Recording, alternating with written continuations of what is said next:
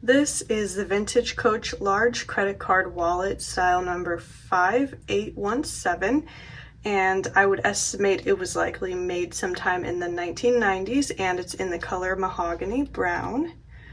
So this is a cute little wallet. It does have this kiss lock coin compartment here on the back, and then the front has this snap closure right here, and then here's the inside with all the credit card compartments, and then these little cash sleeve areas or cash compartment areas. So it's just a great little wallet, and it does have the Coach cartouche stamped right there, of course. And it also has a place to put your ID right here, as you can see. So it's just a great little wallet. It's still in nice condition.